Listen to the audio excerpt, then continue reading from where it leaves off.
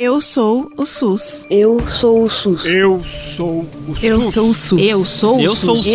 Eu sou o SUS. Armã, Aré, SUS. Eu sou o SUS. Eu sou SUS.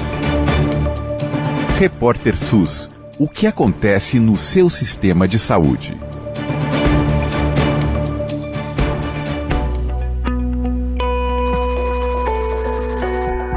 Você está com o nariz escorrendo, tosse, espirro, ou está vendo um monte de gente perto de você com esses sintomas? Pois é, sobre isso que a gente vai falar hoje aqui no nosso Repórter SUS.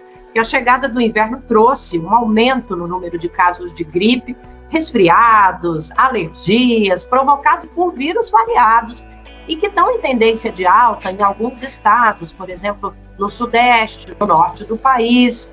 Na maioria dos casos, são as gripes, aqueles sintomas, resfriados que incomodam, mas não apresentam grandes preocupações. Só que a situação é um pouco diferente quando a gente está falando de crianças de até 2 anos de idade e idosos com mais de 65, que concentram a maior taxa de gravidade desses problemas e mortalidade provocadas por vírus sinal respiratório, influenza e Covid-19, que são os 3 vírus que estão circulando mais no Brasil nesse momento e que podem causar esses sintomas.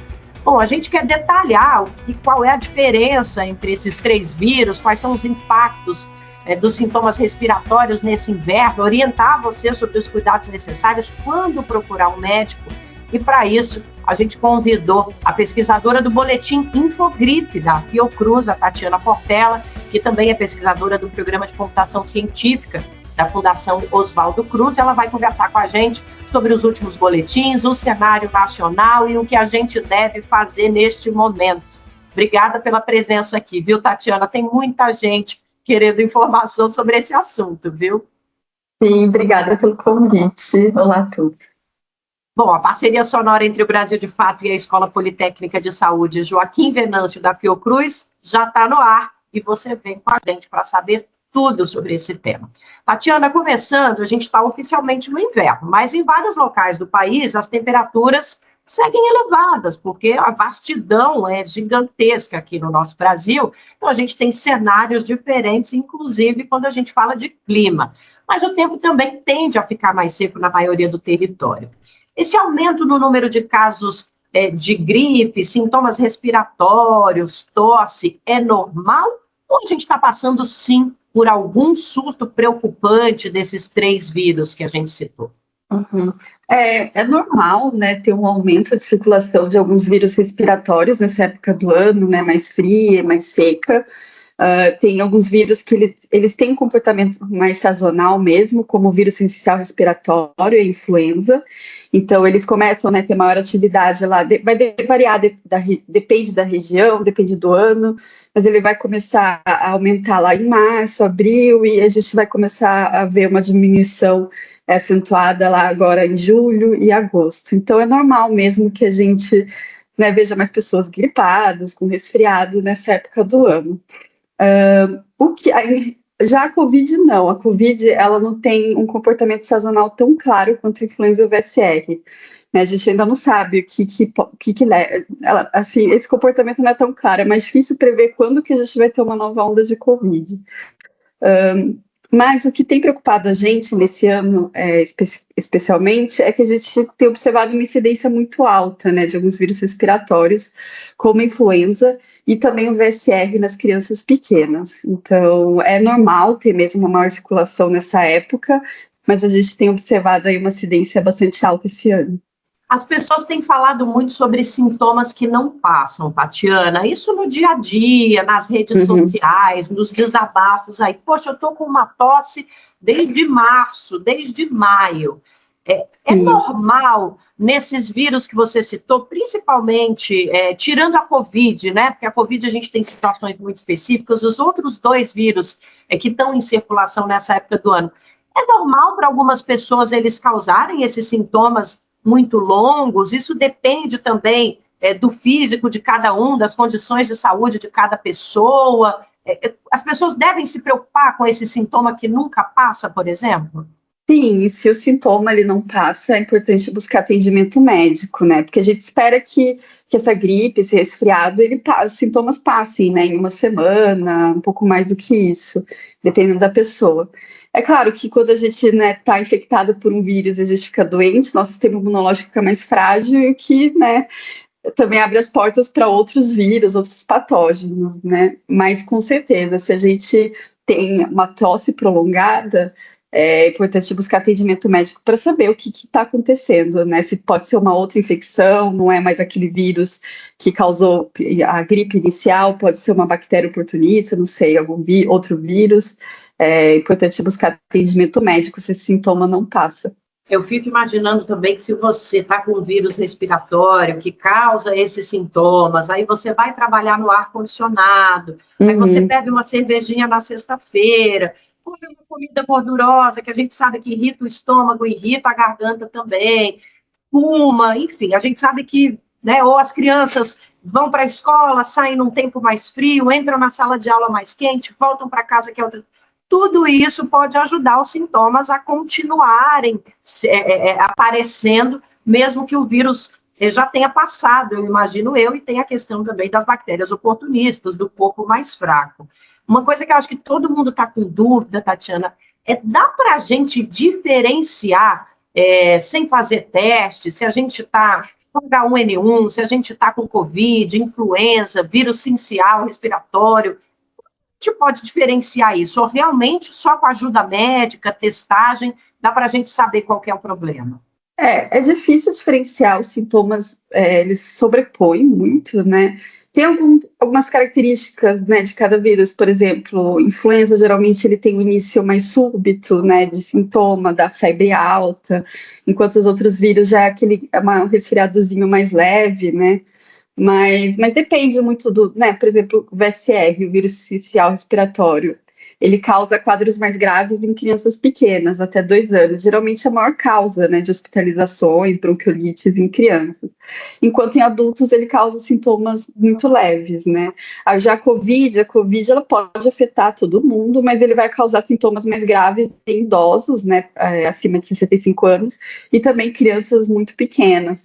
Então, assim, a gente consegue, né, a gente vê uma criança internada com bronquiolite, muito provavelmente vai ser VSR, mas é importante testar, porque os sintomas iniciais são muito parecidos, né, e mesmo para crianças pequenas, a gente também observa crianças pequenas sendo internadas por rinovírus também, por influenza, então é muito para a gente saber realmente que vírus, né, que está afetando essa criança, adulto, idoso, o ideal é testar. Obrigada, Tatiana. Queria que você falasse um pouquinho também sobre as últimas conclusões dos boletins Infogripe mais recentes.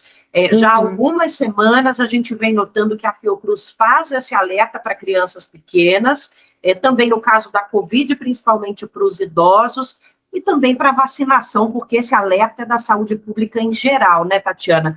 Mas queria falar um pouquinho, principalmente sobre as crianças pequenas e os idosos, quais são os cuidados, os sinais de alerta e o que os boletins vêm identificando como principais alertas. Acho que isso é o mais importante para esses públicos, porque a gente tem notado que a Fiocruz está chamando a atenção para esses públicos nos últimos tempos, né?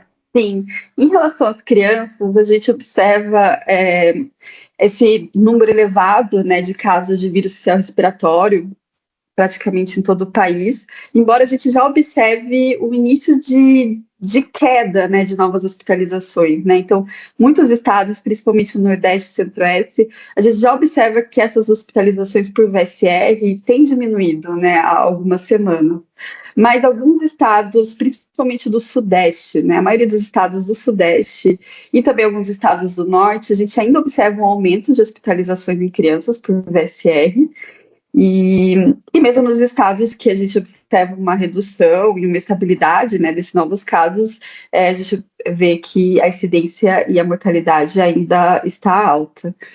E em relação aos idosos, a gente observa o início de atividade da Covid-19 na população idosa de alguns estados do Norte e Nordeste, né?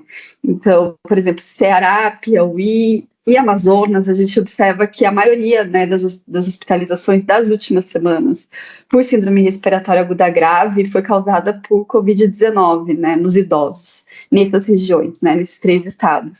E a gente tem observado aí uma leve atividade do vírus em algumas outras regiões do norte e nordeste.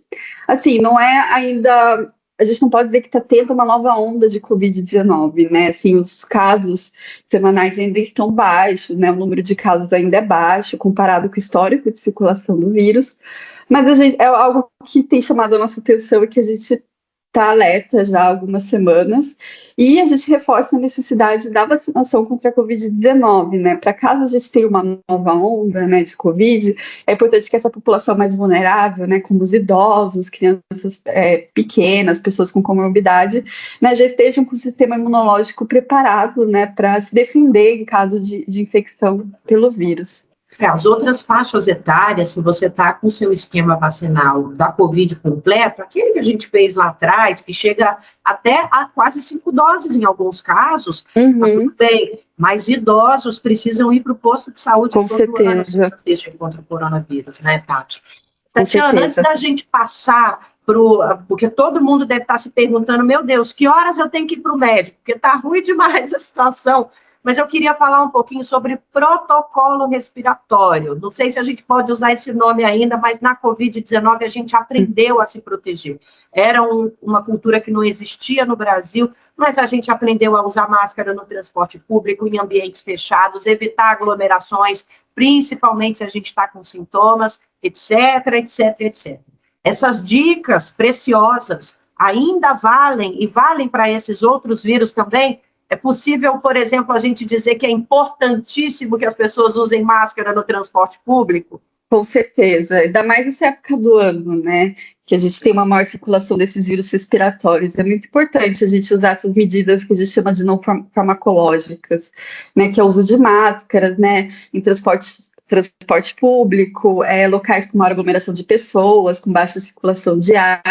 Também é importante usar máscaras dentro dos postos de saúde, né, tanto para o profissional de saúde, também para aquela pessoa que vai buscar atendimento, né, ou acompanhar alguém que vai buscar atendimento, porque, enfim, você acaba ficando mais exposto a esses vírus respiratórios dentro das unidades de saúde, então é importante usar máscara nesses locais. E também outra coisa importante é, caso a pessoa sinta, né, algum sintoma de gripe, se for possível, o ideal é ficar em casa isolado, né, até passar esses sintomas, para a pessoa poder se recuperar e também para evitar transmitir esse vírus para outras pessoas, principalmente, né, para essas pessoas que são do grupo de risco, né, como os idosos, crianças pequenas.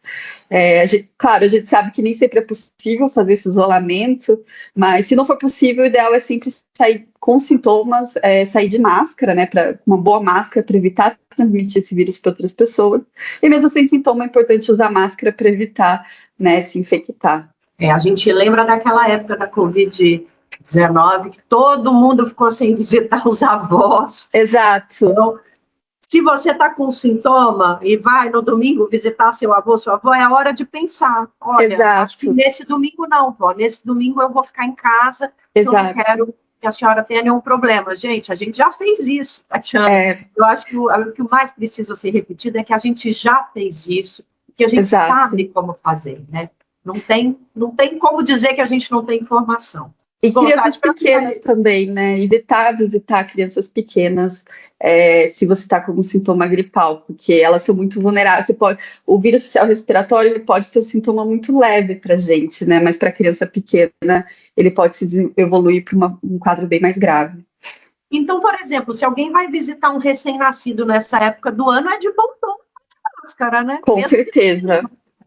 Com certeza, você pode estar sintomático também, né? Você pode estar com aquele vírus, está transmitindo o vírus, mas ainda está sintomático. Então, o ideal é usar máscara quando for visitar a criança, ou a mãe da criança, os cuidadores dessa criança. É importante tomar esse cuidado. Perfeitas recomendações. Bom, e a hora de ir ao médico, Tatiana? Porque esses vírus, inclusive a Covid, são vírus que a gente já está acostumado a lidar com eles, né?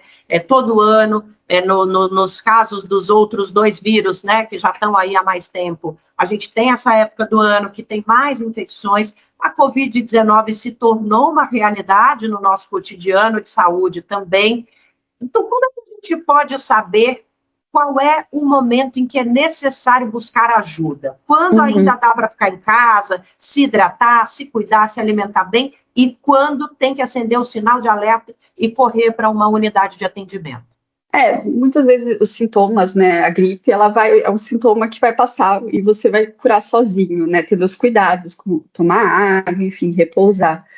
Mas em caso de piora desses sintomas, né, desconforto respiratório, né, principalmente desconforto respiratório, falta de ar, é importante buscar atendimento médico, principalmente se você é do grupo de risco, né, um idoso já tem que ter um cuidado maior do que um adulto saudável, né, ou uma criança pequena, uma pessoa com comorbidade, tem que estar mais atento aos desconfortos dessa piora do sintoma e buscar atendimento médico. A febre é um sinal de alerta para ir buscar o atendimento ou há variáveis? Eu acho que pode ser um sinal, sabe, uma febre persistente, né, que não passa. Eu acho que com certeza é um bom indicador para buscar atendimento médico. E já que o Boletim Infogripe tem trazido tantas informações de alerta em relação às crianças, eu queria falar um pouquinho sobre o ambiente escolar com você, Tatiana.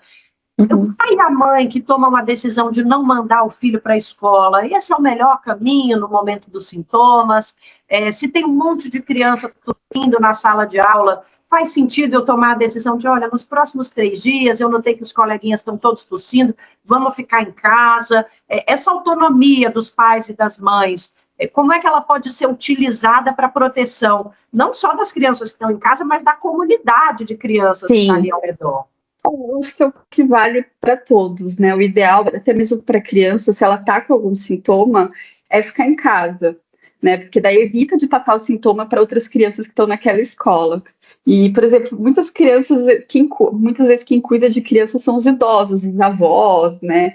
Então, enfim, é um risco também. Claro, a gente sabe que, às vezes, né, os pais trabalham, não tem com quem deixar a criança, e a única forma é deixar na escola, né? Enfim, paciência. De repente, a criança, se ela puder usar máscara, seria uma boa alternativa, né? Para evitar transmitir esse vírus para outras crianças. Mas o ideal seria a criança ficar em isolamento até que esse sintoma passasse, né? Se não for possível, o ideal e o recomendável é usar máscara dentro da escola. Olha, essas recomendações que a gente passou tantos anos falando praticamente todos os dias.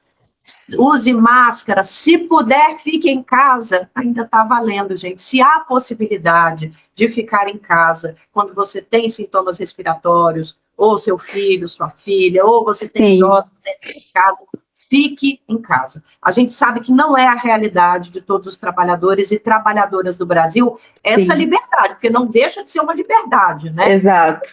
Mas quem puder, deve fazer uso desses protocolos. Exato. E máscara, gente, incomoda, mas é rapidinho, é só no transporte público em local fechado. Então vamos retomar esses hábitos que a gente já aprendeu tão bem, né, Tatiana? Passamos por uma experiência tão pesada, algum aprendizado tem que sair dela, né? Exato, com certeza. É importante a gente manter essas precauções que a gente, né, esses hábitos que a gente adquiriu durante a pandemia da Covid-19. Tatiana, para a gente finalizar, a gente tem visto muito nas redes sociais as pessoas falando, poxa, está todo mundo gripado, tem alguma coisa séria acontecendo, eu não vejo o governo fazer nada, não vejo nenhuma autoridade se manifestando. Eu queria que a gente falasse um pouquinho sobre o boletim Infogripe. Gente, a Fiocruz e outras organizações de saúde do Brasil fazem esforços cotidianos tão gigantescos para a manutenção da comunicação com a população, para que a gente tenha a nossa saúde, que eu acho até injusto, Tatiana, dizer que nada está sendo feito. Então, acho que é legal, e acho que a Ju concorda comigo, a gente abrir esse espaço para falar um pouquinho sobre a iniciativa, o que é o boletim, como que as pessoas podem acessar e que tipo de informações ele traz. O boletim Infogripe, a gente monitora, né, esses vírus respiratórios, principalmente os casos mais graves, né, desses vírus respiratórios, que a gente chama de síndrome respiratória aguda grave, né, que são as hospitalizações. E com esses dados a gente monitora quais são os vírus que estão circulando com mais intensidade, né, se a incidência, a mortalidade está alta. A gente também monitora a tendência, né, se esses casos estão crescendo, estão diminuindo, em que região eles estão crescendo ou diminuindo. E é o informe que a gente faz semanalmente, né, a gente faz né, essas análises e o informe toda semana, divulga no site da Fiocruz, né, gera informes também para a imprensa e para a população geral, né, tem outro relatório técnico mesmo, mas a gente também traduz isso, né, para divulgação mesmo das pessoas, para as pessoas, e a gente faz esse serviço, né, de comunicação com a imprensa, né, para que todos fiquem alertas, né, do que está acontecendo, né, sobre a situação epidemiológica desses vírus. E a gente também colabora com o Ministério da Saúde, né? O próprio boletim semanal, né, do Ministério da Saúde, a gente contribui com esses dados do Infogripe. É isso, gente. A informação está aí, viu? Dá para acessar. Sim. E acesse também as mídias, né? A imprensa que fala sobre o assunto, os blogs e os sites de saúde, os que trazem informação embasada na ciência, né? Sempre. Sim, com certeza. Tatiana, muito obrigada, viu, por essa conversa, por esse papo. Queria te agradecer por ter separado esse tempinho para falar sobre o tema com a gente. Imagina, eu que agradeço o convite, adorei conversar com você. É isso, a gente agradece também a participação de você que ficou conosco, ouviu essa conversa, os nossos ouvintes e as nossas ouvintes. O Repórter SUS é uma parceria entre o BDF e a Escola Politécnica de Saúde Joaquim Venâncio da Fiocruz. Para saber mais, brasildefato.com.br e epsjv.fiocruz.br. Apresentação Nara Lacerda e na Fiocruz a produção é de Juliana Passos, no Brasil de Fato, de Letícia Holanda. Até semana que vem.